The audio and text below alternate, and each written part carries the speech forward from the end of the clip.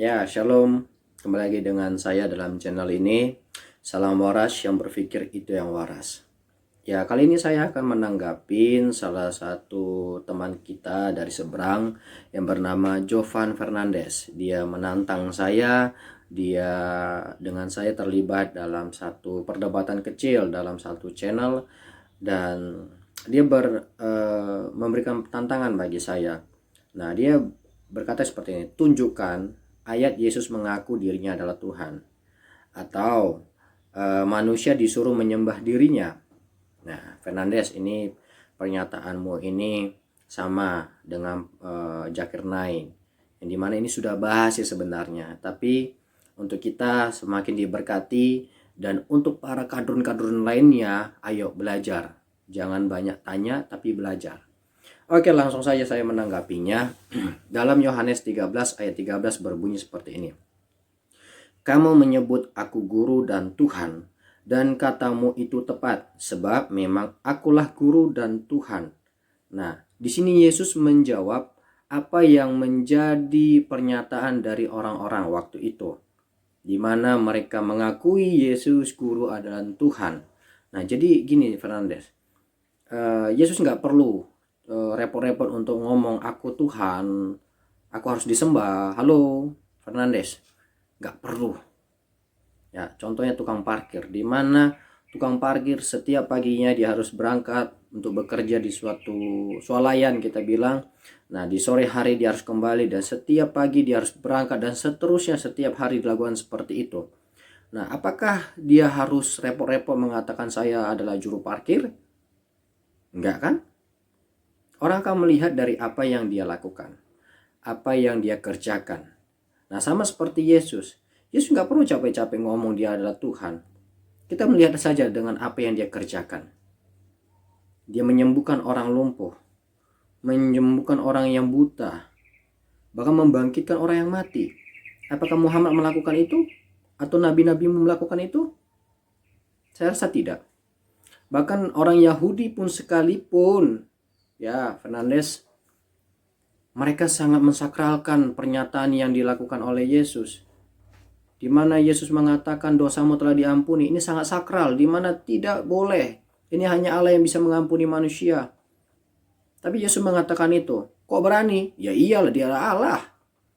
Jadi secara tidak langsung atau secara tidak repot-repot, orang menyadari bahwasanya Yesus itu adalah Tuhan, Allah. Di mana dia tidak perlu capek-capek ngomong. Dari tindakan orang udah tahu bahwasanya dia itu adalah Tuhan. Gak mungkin bukan Tuhan bisa melakukan hal yang luar biasa seperti itu.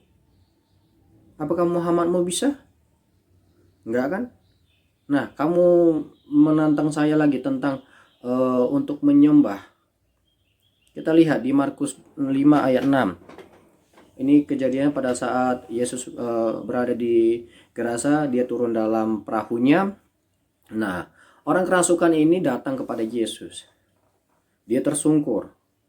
Ini orang kerasukan, dia tersungkur.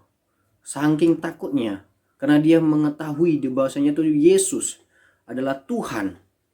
Dan juga di Lukas 24 ayat 52, Yohanes 9 ayat 38, ya, saat orang buta sejak lahir ya disembuhkan, Yesus nggak ngomong bahwasanya aku harus disembah, ya enggak. Secara spontan dengan imannya, orang buta ini langsung tersungkur, langsung menyembah Yesus. Ya.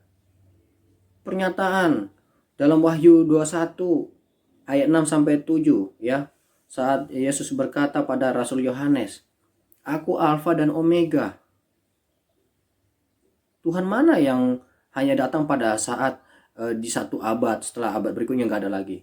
Dia Alfa dan Omega, awal dan akhir, tidak berkesudahan. Fernandes. Jadi pertanyaan kamu itu apa ya? Sangat basi ya menurut saya. Itu yang terus kalian pertanyakan. Nggak pintar-pintar kalian. Makanya banyak belajar.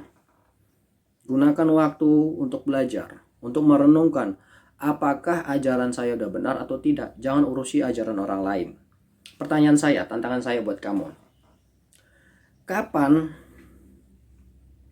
pertama kali Allahmu mendatangi Muhammad, nabimu, menyatakan bahwasanya aku yang mengutus engkau. Hai Muhammad, aku yang mengutus engkau. Allahmu mengatakan itu. Kapan? Kalau ada dalilnya, saya tunggu. Ya, tunjukkan dalilnya. Kalau memang Muhammad nabimu diutus oleh Allah, kapan? Ayo tunjukkan. Jadi ini tanggapan saya, ini respon saya buat kamu, Jovan Fernandes, dan semua orang yang terus menentang ajaran Kristen, yang suka-suka mengganggu, yang usik dengan ajaran Kristen. Ini tanggapan saya. Nah, ini buat kita semua orang percaya, ini pembelaan kita sangat penting.